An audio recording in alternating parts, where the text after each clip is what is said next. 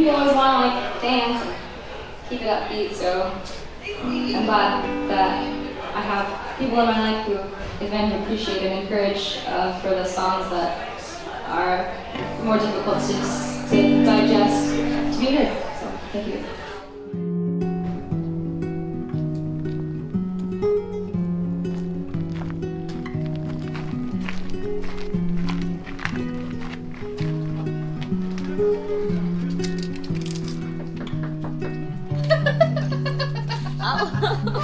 Hi. Oh. So good to see you. It's really good to see you too. Thanks for having me over. It's good. It's so hot. Oh, I love it here. I like it here too. It's so comfortable and relaxing. Oh, I'm glad you think so. I really do. I love it here. It's like one of those places where you go, like, I don't know. So my grandmother's place was like this, where you go and you don't want to leave. Like, it just, you know what I'm saying? Really glad like, that you it feel just that, feels because that is comfortable. It's a problem how much I don't want to leave. Like, I like being in this room a lot. I really do. Maybe it's just because it's literally only my things. Like, there's no one else's things. It's only my things in this room.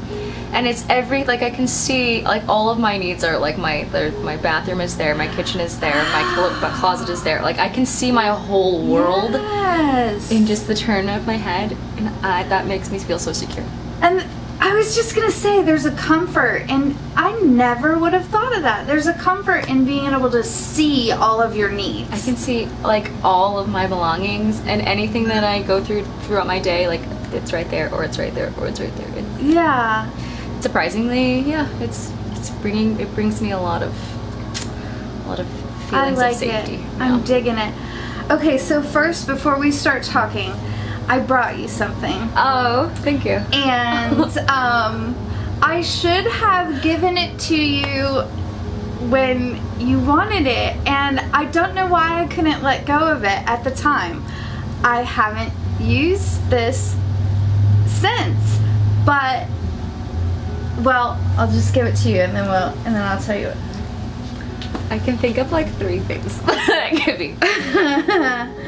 Well, hopefully it's one of the things. Oh my god, it is! It totally is the shoes! Why didn't I give Thank you this to you? so much. I don't know why I didn't give those to you. There's this weird thing. So I mean, they're special. Like, to be used, also like they're character shoes. Yeah. So like they have practical use besides just like fashion use. But oh my, thank you so much. I really like these. So I don't know if I told you or not, but I wore those shoes in a musical that I was in, Quilters, and I have a weird foot thing. Like, I don't let people wear my shoes, and I don't wear other people's shoes. So those shoes were only ever worn by you after me, and that's awesome. So Michael was like, when I told him I was gonna give you the shoe, he said, "Your shoes? You mean like your shoes that you wore in the?" I was like, "Yes, you're letting Patty wear your shoes." Like, just so I'm clear. And I should have given them to you. They were actually a little too small for me when I wore them, so I probably wore them out on you. But anyway, do you want to give like a backstory? Love for you to have them. No, well, thank you so much. Yeah, so I wore these shoes for This is America exhibit. Yes. With the 50s Cuban outfit, and fell in love so instantly. The costuming on that was so exciting. That was a fun one. Oh yeah, I want to get those like framed, those pictures of me and Chris Torres. Like, oh, framed. I know. Those are so you cool. guys looked so good. Yeah, that was really fun. We are gonna talk about Patty. I want to know more about you, and first let's get started with young Patty. Like how were young? you like young? Yeah. Like, how did you grow up? What do you remember as a kid? What was it like for you as a kid? Okay. School days. Okay, so I grew up in Oklahoma, Claremore, Oklahoma. pretty close to Tulsa. I grew up in a trailer park. I grew up with my older sister. So I have two sisters, an older sister and a younger sister. We're both 6 years. We're all 6 years apart. Or they're both 6 years apart from me. And my older sister got into trouble a lot when she was a kid. She ran away from home a lot, and so when she was 12, my parents, I think this is right. We don't talk about it much. So if these details are incorrect, then sorry guys.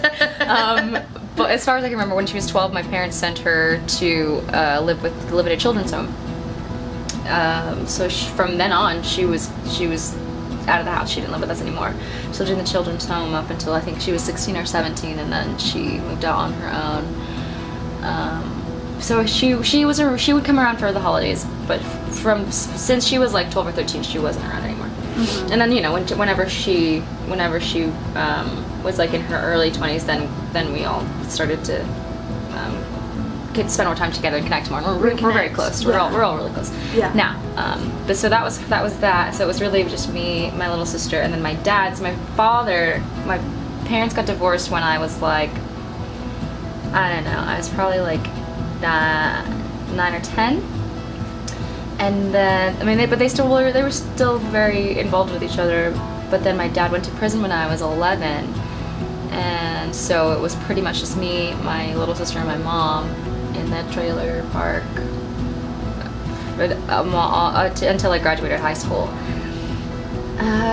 So that was that.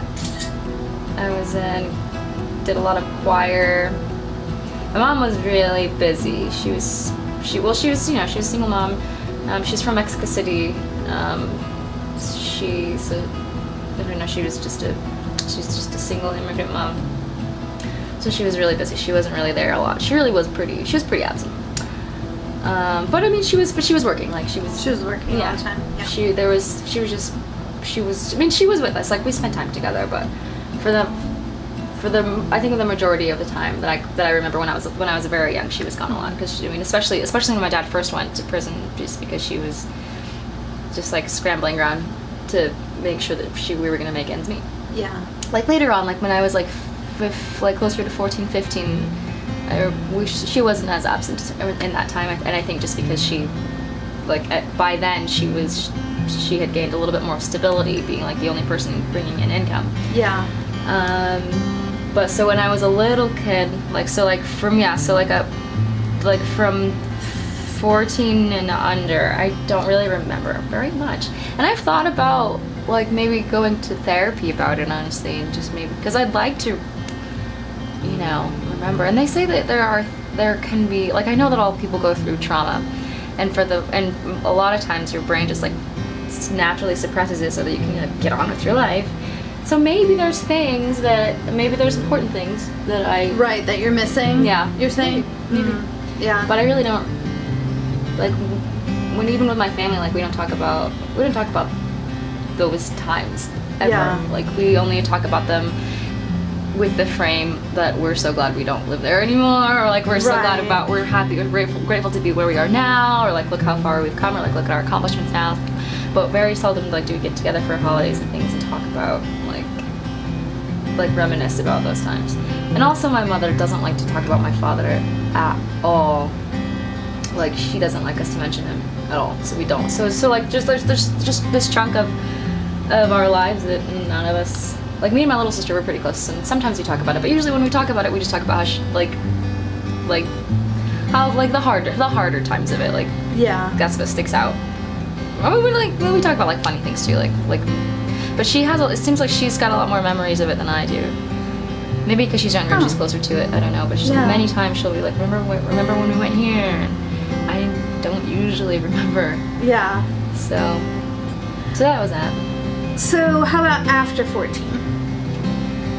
So after 14, that's when I started to get into music, really. Yeah. That's when I started playing guitar, when I was 14. How did that come about?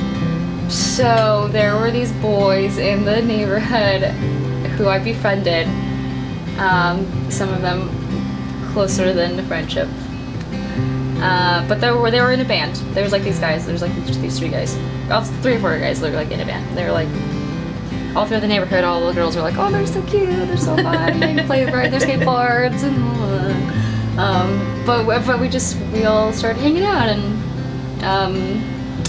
they just sort of really piqued my like I was already into music because I was always in choir, but I had never played an instrument really. Like I messed around on a keyboard, but I never really got into like writing songs, and then seeing them do that really opened my eyes to like how much more fun music could be other than just singing in school.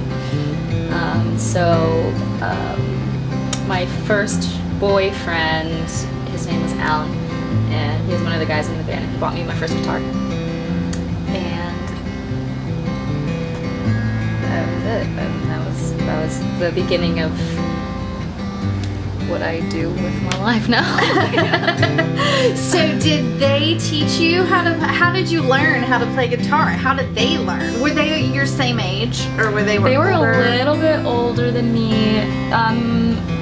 They were all a little bit older, but we were all teenagers. Yeah. But I mean, like, not really. Like, I didn't really play music with them because they were like played pretty much like metal, which I mean I dug and I messed around on. But for the most part, no, we didn't play music together. Like I had a guitar and then I was in my room like doing my own thing. Gotcha. But I just learned by ear really. Just messing around, just spending a lot of time just getting into the instrument and exploring the instrument just kind of organically. Really? Yeah. Just you and a guitar, Just me and you playing were my just guitar. plunking it out. Like sometimes I could look up like YouTube videos or tablature. But yeah, it was just me. Like nobody taught me. It was just me. Yeah. Since I've known you, you've been working on a degree. Yeah. Yeah, for sure. For sure. So tell me about that. Tell me about like graduating from high school and then take me on the journey after that, because I know it's not been a super easy one. No, and I know that like when I talked to you about being involved in this project, you were like, why do you want to have me involved in this project? Yeah. And I think there are more reasons than one in here. So let's go in that direction.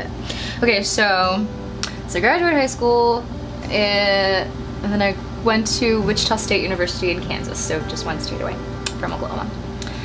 And I went there really not knowing what the hell I was doing. Like, all I remember about that time is knowing that I was gonna go and I was gonna study music, and knowing that I wasn't gonna live in Oklahoma anymore. Like that was it. Like I was like, wow, this is Two objectives. This is everything. This is my life now. This is all I need.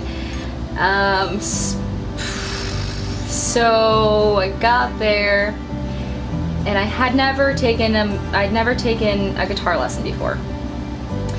So you get there, and then they ask you to pick a primary instrument. And so like I did vocal stuff too, but I don't remember. Maybe I had 2. I'm not sure. I don't remember.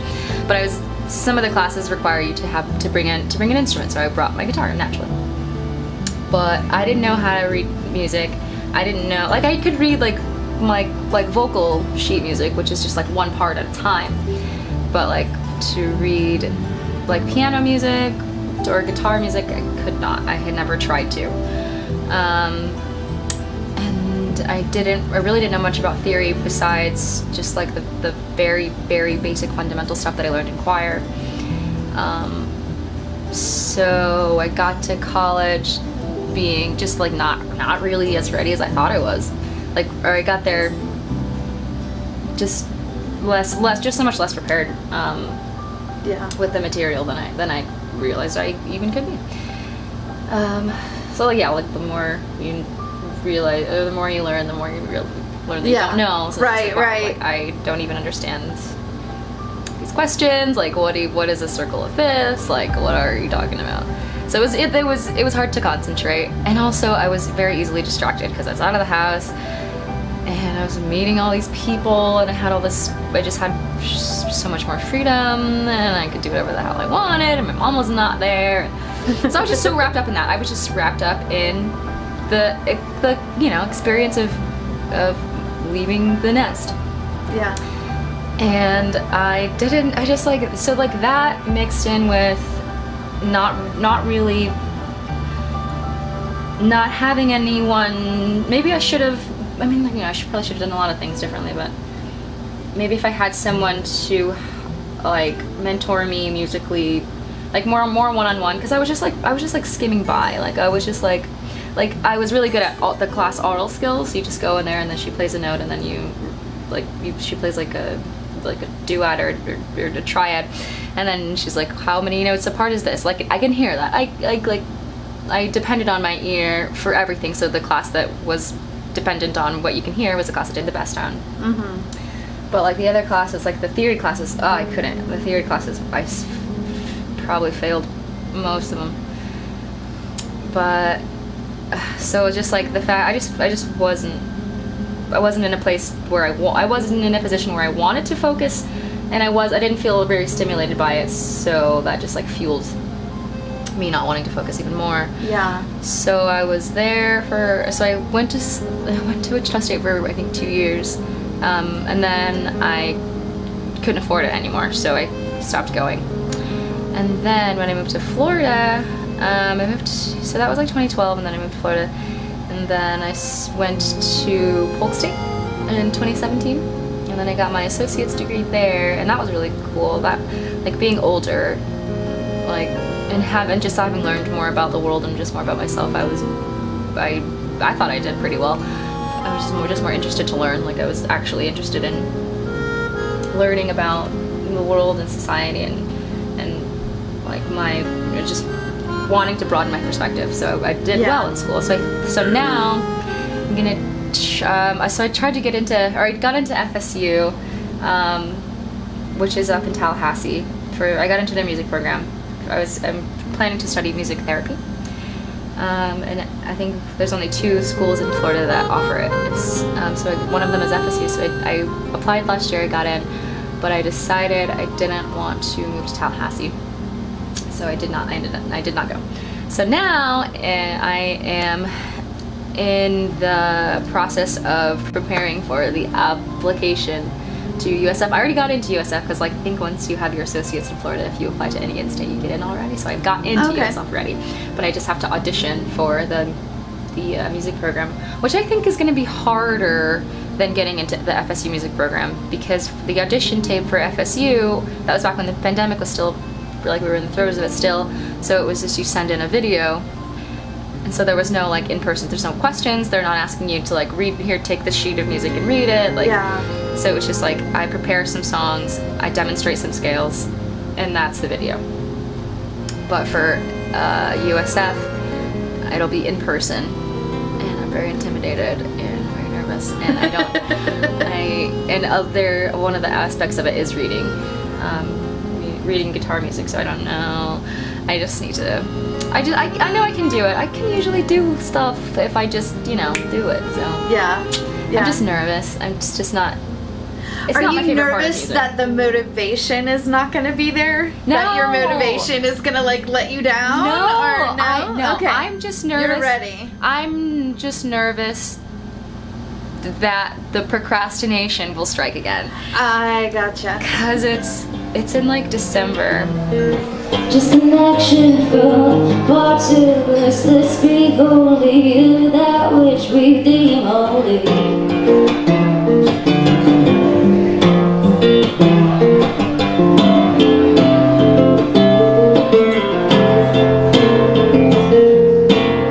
No one ever said that feeling anything at all would be easy.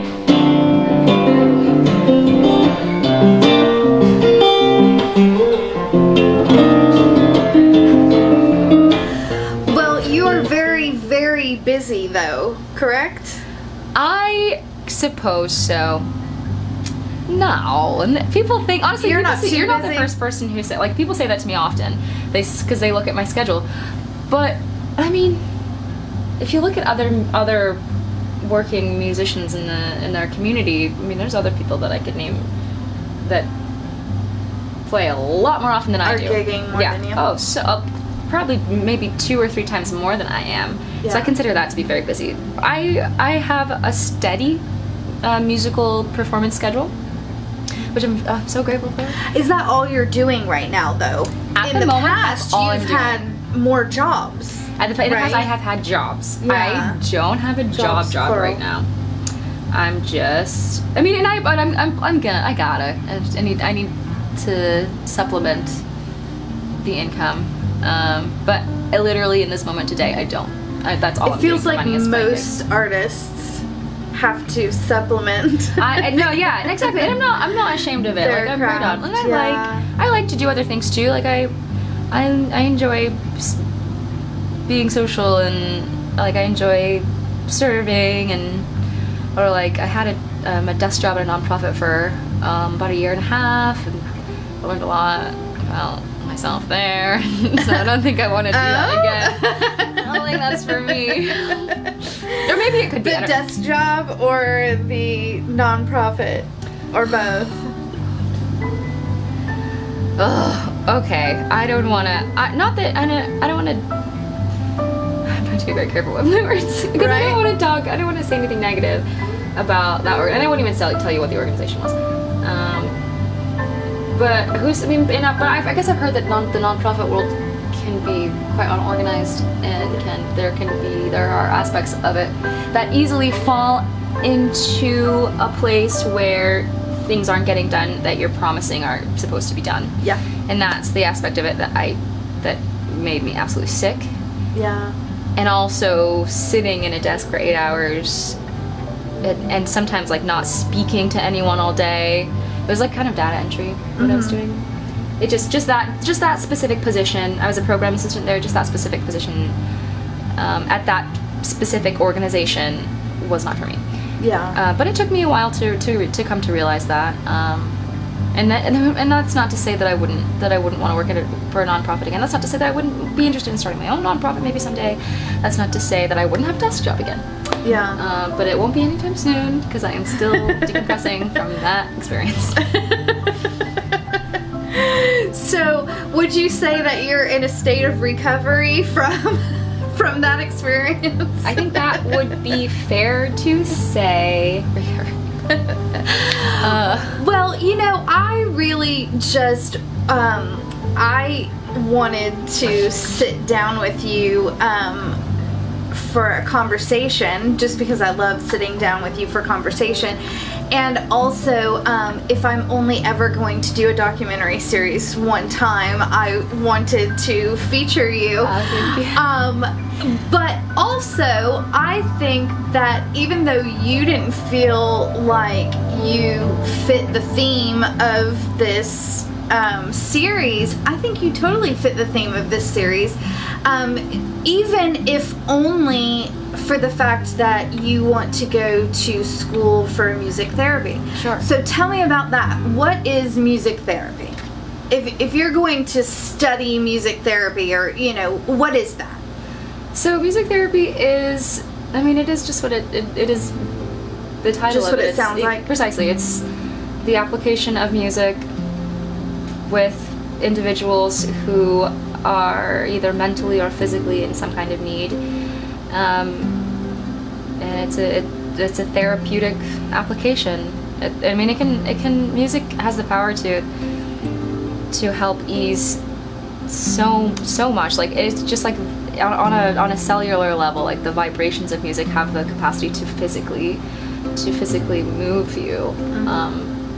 And also the mental component there. Everyone that's ever fallen in love with a piece of music can attest to that. So, it's still, what's really interesting to me too is that just because it can be applied to so many different sects, like just to children, to people of any age, people going through, like people in hospice, people who are imprisoned, just people who are having anxiety, like just anything, like any ailment. Music can be used in an effective way, and it can be like scientifically studied. Like I think that's the aspect of it that I'm most interested to learn about, is how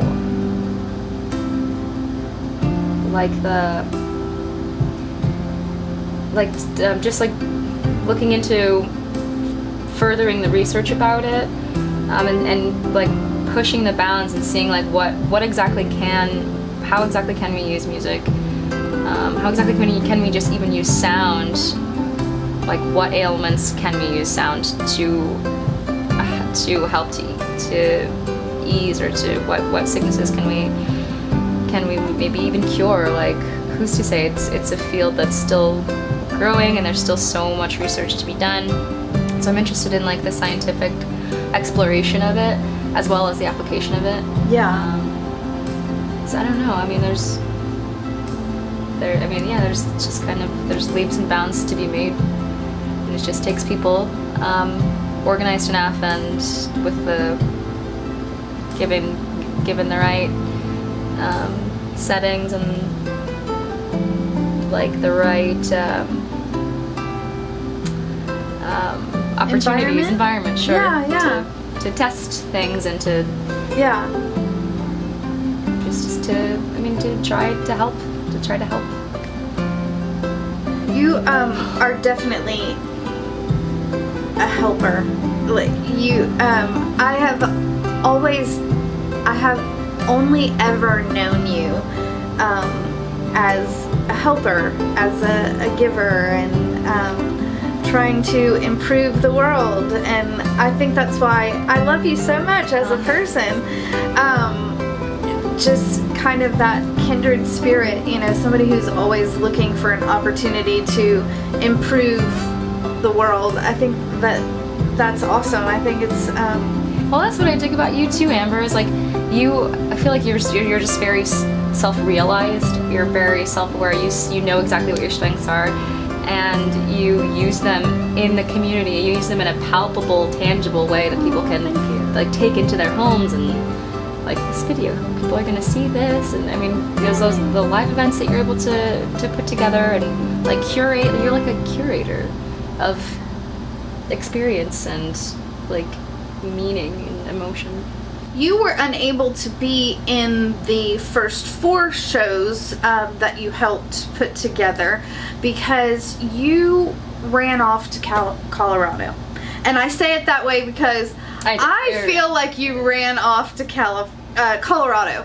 So well, it was Wyoming. Tell me about that. What? Oh, it was Wyoming, not Colorado? It was Wyoming. Okay, Wyoming. Why did you run away? Off. Yeah, for sure. I did. I just like, I don't know. I need a goddamn break from Florida.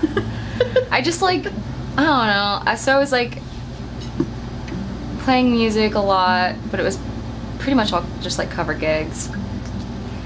I mean, nothing, you know. I mean, cover gigs are fun, but it was mostly by myself. I had just broken up. I just got out of a relationship, and like a long one, and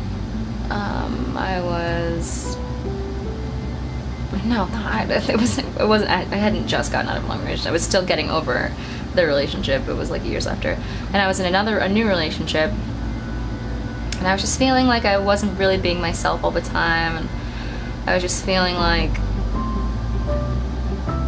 just like kind of. Like I was,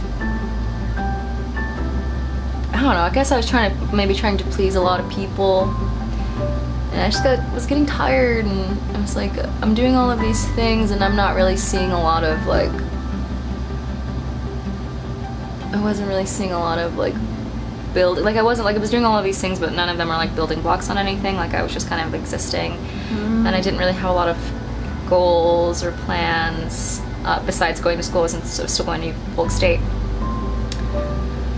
So I just wanted something new, and I just wanted to experience something different for a time. I just wanted to do something different. I just wanted to I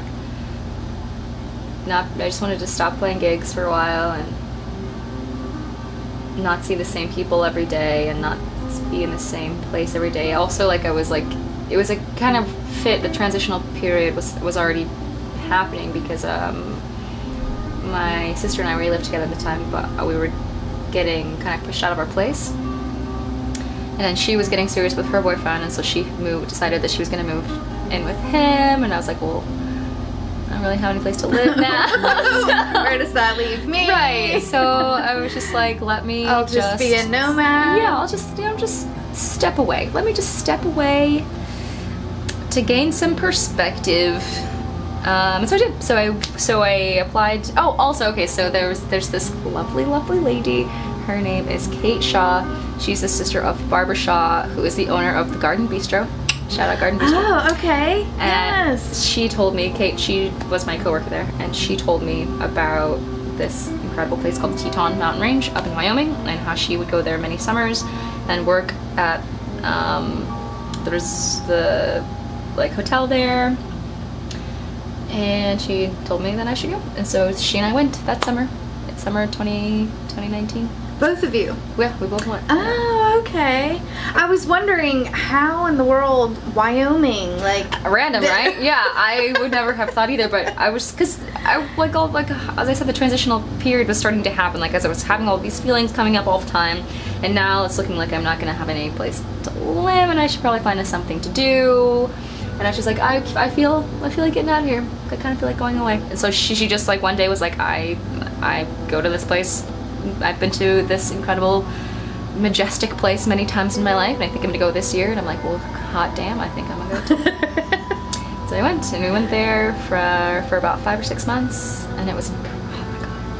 If you guys ever get the chance to visit, oh my god, I know, it's so the photos when you would post, I was place. I was so afraid you weren't coming back. I was like, oh, no, it's she's not viable to coming live back. there. No, yeah, you have to. Not everybody can live there. It's the winter. It's a harsh environment. This is out. You drive for hours to get to this area. This is not a place that not many people live there. You can't just live there. Gotcha. And it's the winter's there. I don't think I would. So it would be like The Shining in the winter. Exactly. Okay. Yeah. Okay. Yeah. It's just a dead zone. Gotcha. It's just such a harsh environment. But even the winters are very beautiful too if you're into that kind of environment. But oh man, the spring, summer, and fall were so good. It was incredible. It was quite magical. Actually, if fairies exist, that's where they live. Right. It was incredible. I saw grizzly bears from me to the wall. It there was just wildlife everywhere. It was very, and then also the elevation is I think it's 1,100 feet. It's we're living here on 0. Yeah. So you're just living higher. Just there's a clarity. Oh, I can smell it now. Right. It's awesome. Just bringing it back to Yeah. you. I see it. It's burned into my eyes. Did you find what you were looking for there? No, I didn't even know what I was looking for. No, you didn't know what you were looking for. Because you were no just matter where running. you go, there you are. Right. I was just literally. I just needed a change of scenery. Did it give you what you needed though? Did it give you a refresher or? I think so. Yeah, I think so.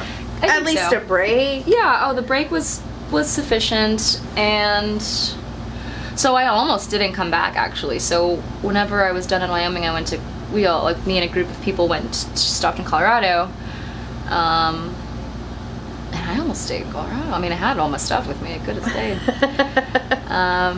but I did come back just because my sister's here, and also I missed the community. Your people are here. Yeah, all my friends in the world are here. Yeah.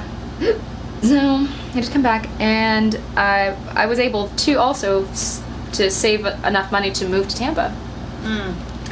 So, speaking of living in Tampa and playing gigs, you perform under the name Noan Partly.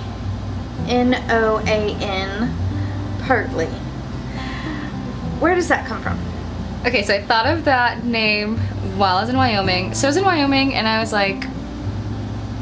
thinking about coming back and playing music, and I was just I want to play more of my original music. I want to open up the part of myself that is more creative and artistic, not that playing covers is, not that I don't put like creativity into the covers, but there's just like a truth there that doesn't happen. Like, you know, when you're telling someone else's story, like I want to tell my own story. Yeah. So I was like, maybe to help me to do that, I could go by a different name, even. Like maybe to help to remind me that the essence that I want to wake up and reach for is something that is expressive, and perhaps if I go by a name that's not my own, that will help to remind me of that.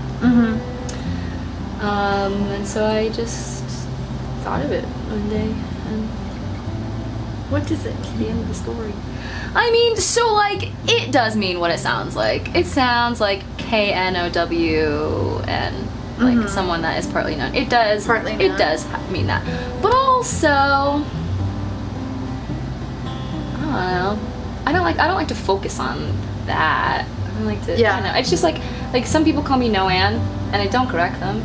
Yeah. Like it can be just a name, or it can be a meaning. Like for me, it is both. It is a meaning and it is a name. Yeah. So yeah, I try not to define it so much. Right. Because that takes away from what it could be. The If you make it essence of it. something, then Yeah. it can't be anything else. If you make it one thing, so in order for it to have the possibility to mean something to anyone, I try not to tell people what to think of it. So does it bother you when I always call you Patty and I don't call you Noan Partly? No, So that's my name's just Patty. like It's just your like your my music, stage it's my stage name, name, yeah. kind It's of. a stage name. Okay. I also I was hoping that it could be like a band name. I'm not sure. I mean, and it's still developing. Like we're all still developing, and perhaps it will shift and change as time goes on. But it's the first time I've ever gone by a name that's not my own, so Yeah. it's just a good start, I guess. Do people tease you about the last name Kenoly?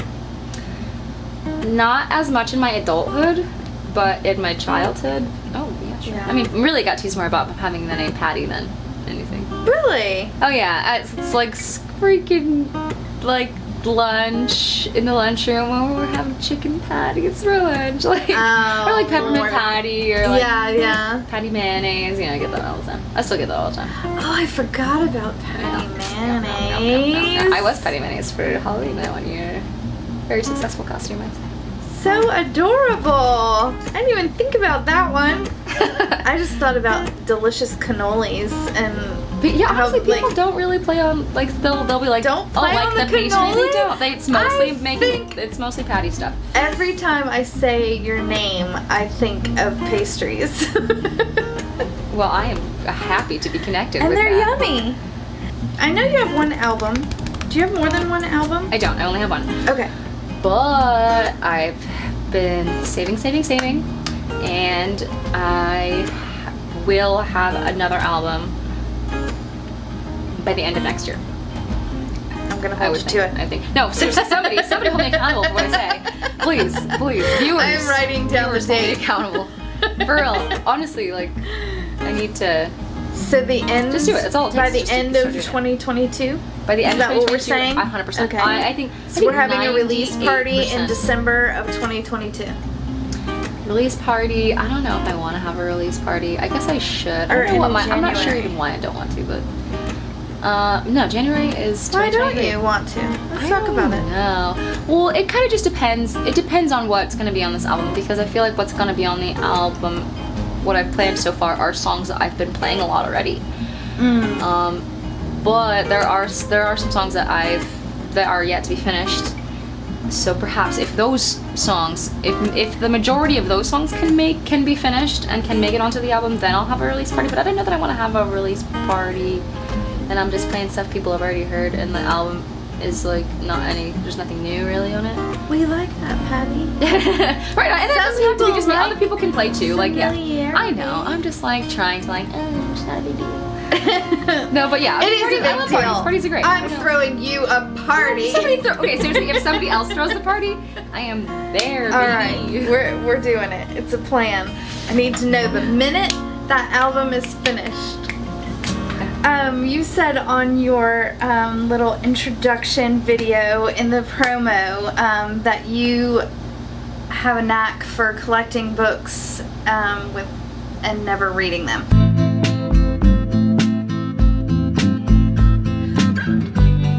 The wise do not hold opinions. They are aware of the needs of others. I am good to people who are good. I am also good to people who are not good, because virtue is goodness. I have faith in people who are faithful. I also have faith in people who are not faithful, because virtue is faithfulness. The wise are shy and humble. They behave like small children. To the world they seem confusing, yet people look to them and listen. 30 spokes share the wheel's hub. It is the center hole that makes it useful. Shape the clay into a vessel. It is the space within that makes it useful. Cut doors and windows for a room. It is the holes that make it useful. Therefore, profit comes from what is there, usefulness from what is not there. Communication, that's what we want, and that is what we do. We communicate.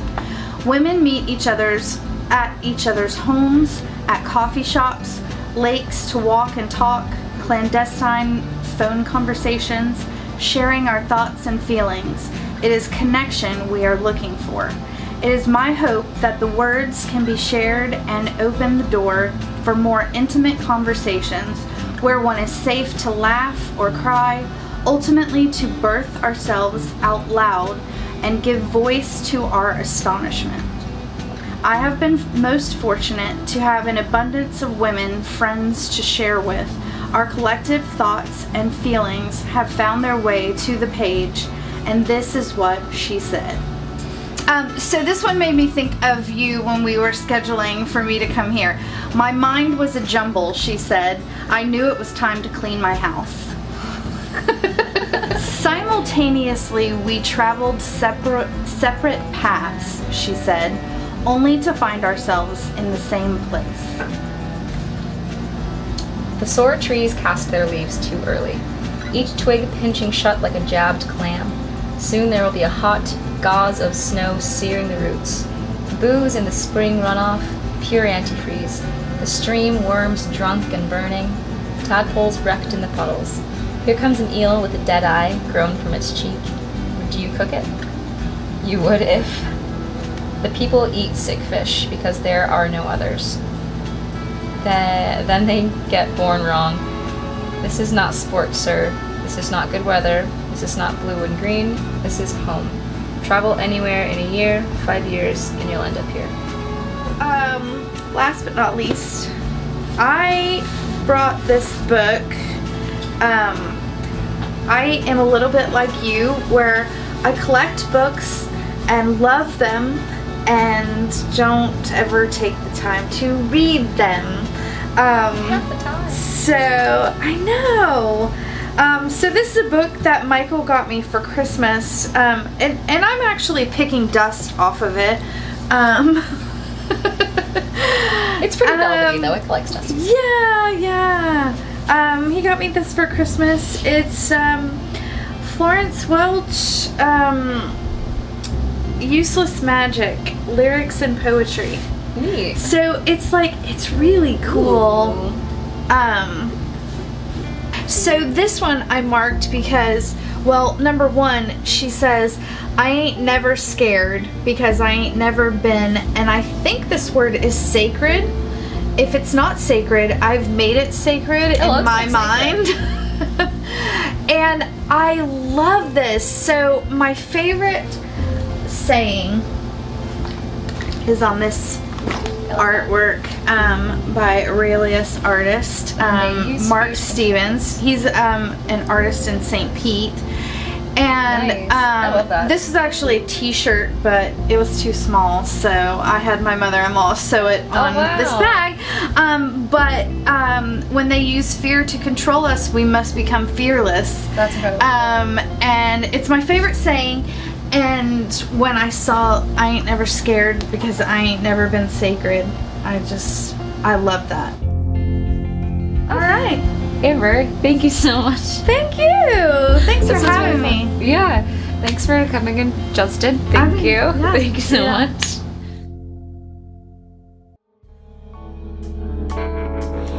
Miss, won't you please accept this medal for giving you permission? Or maybe a slap on the back, a shoulder grab for, oh, how could you listen? A standing ovation to validate the mission. Suppose we should be grateful you painted that clever sign to show your true position. A silky blue ribbon for being so insistent. You don't need to boast, no, we all should raise a toast to honor your